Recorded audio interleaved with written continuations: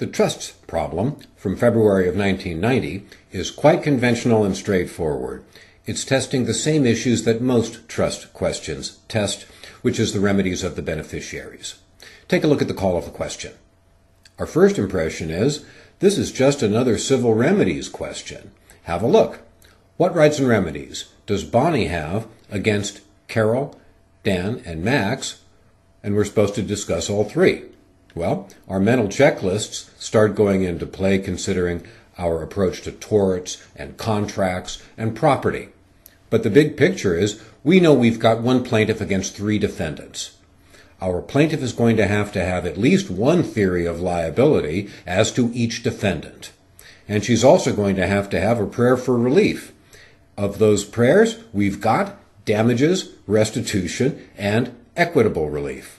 So we can make a little scratch outline to this call of the question in about 45 seconds and still use good handwriting to do it.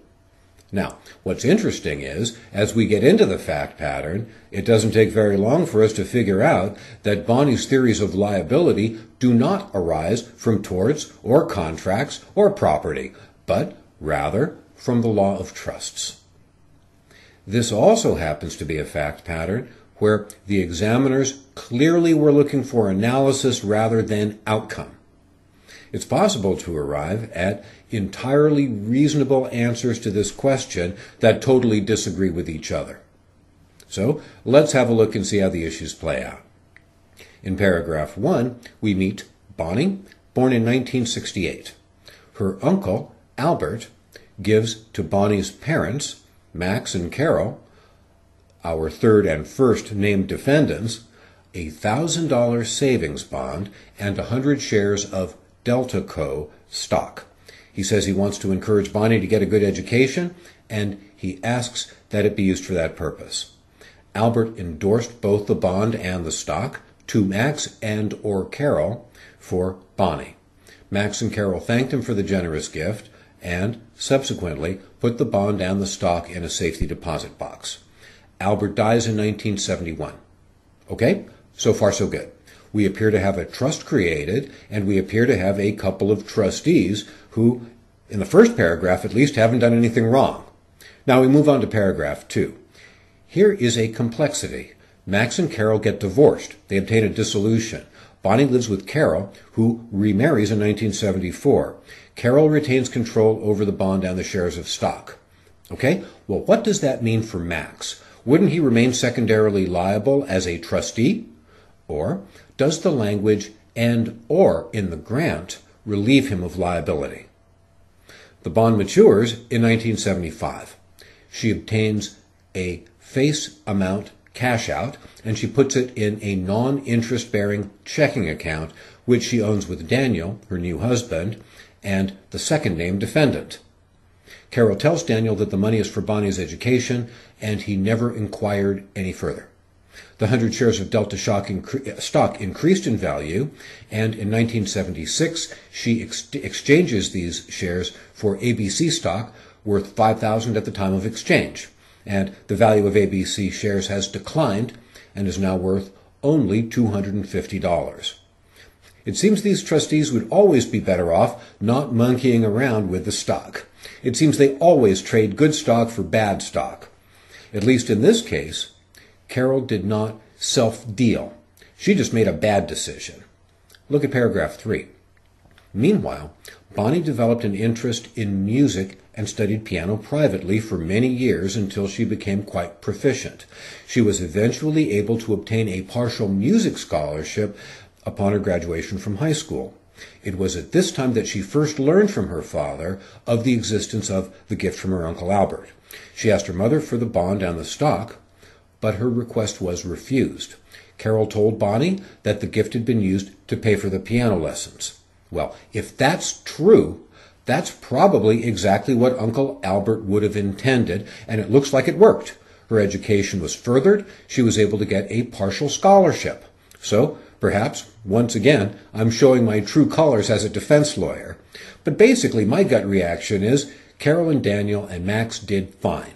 Bonnie has prospered and benefited from the trust, and so she should probably go away and leave her parents and her stepdad alone. But we don't get to just put our emotional reactions down as answers. We have to analyze carefully, look at the facts, and set aside our own personal biases. And as you'll see, I make a fairly good case against these trustees, despite my sympathies with their cause. So take a look at the outline of issues that I present. Once again, if we are to establish a prayer for relief, any plaintiff has to establish a theory of liability, and Bonnie's only theories of liability arise out of the law of trusts and fiduciary responsibility. So we have to first establish that there was a trust created, and it seems to me that this is not that difficult to do. But there are a fair amount of details that we need to consider. So I begin with a discussion of Uncle Albert's intent. Then I focus on the corpus, the beneficiary, the purpose, and the mechanics of the creation of the trust. Ultimately, it looks pretty good for the formation of a trust. Next, I just consider each of the three defendants. First, Bonnie versus Carol. And with regard to that lawsuit, I talk about the money in the checking account and the Delta stock. I talk about them separately. With regard to Bonnie versus her stepdad, it seems to me that Bonnie doesn't have a real claim because Daniel didn't do anything to hurt Bonnie in the context of this trust. And as someone who is himself a stepfather, I'm always glad to see the stepdads get away with nothing, because here the stepdad didn't do anything to get away with. Then we focus on Bonnie versus Max. Here, I do think that a vicarious liability analysis is appropriate, and that it's probably true that her dad still is liable for any missteps made by her mom. And Max has a defense, which is that he isn't liable because Carol was really the sole trustee after they divorced. Ultimately, I reach a conclusion. So, once again, this is a problem that is not that difficult to set up. You'll notice that my outline of issues is only a little bit more sophisticated than it would have been just after reading the call of the question. This also happens to be one of the shorter answers that I provide anywhere in these materials on bar exam essay writing.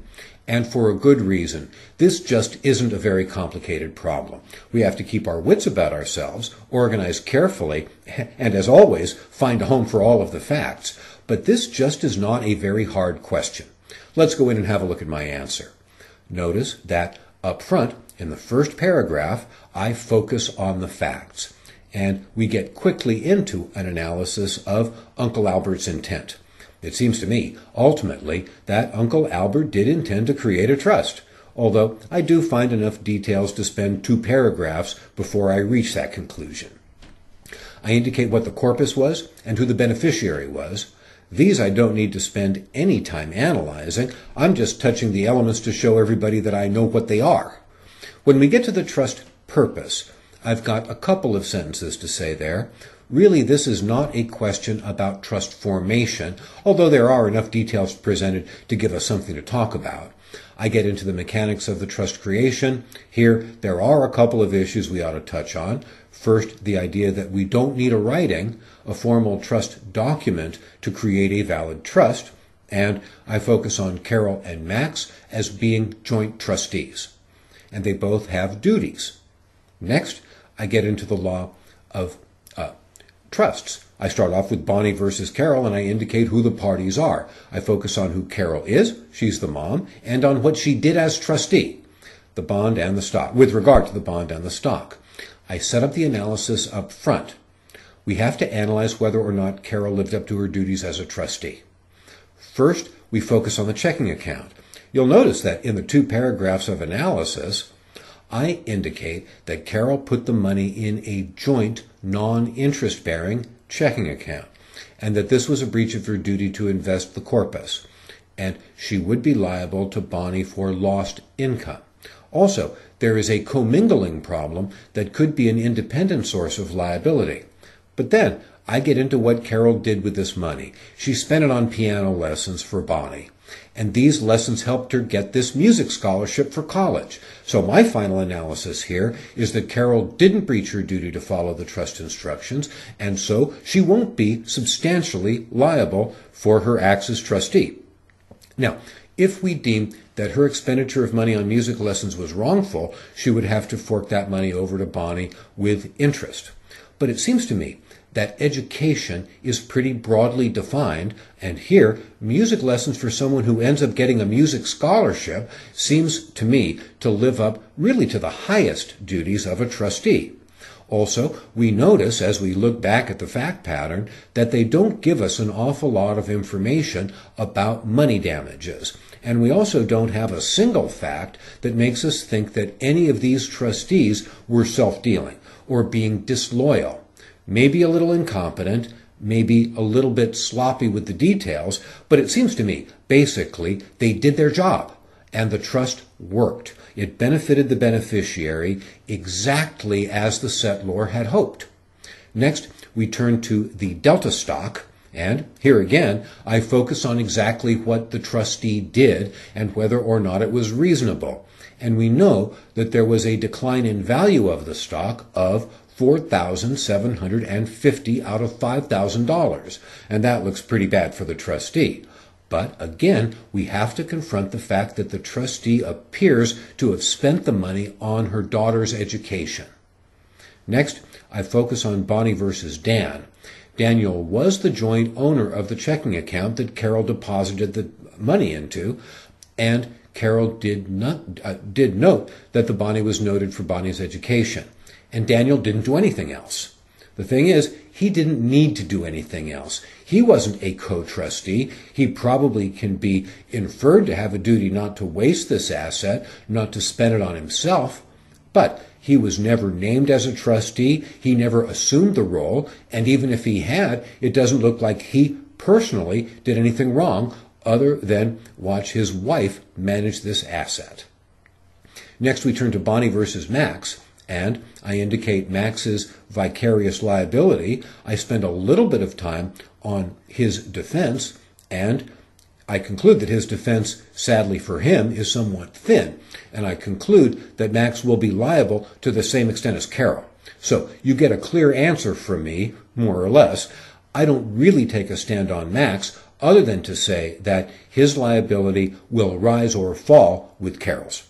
And I look at Carol's liability, and ultimately, although she certainly did not act as a model trustee as far as we can tell with regard to her taking care of the corpus, it does look like she basically did what the trust required. She saved the money, she spent it on her daughter's education, and her daughter benefited from the education.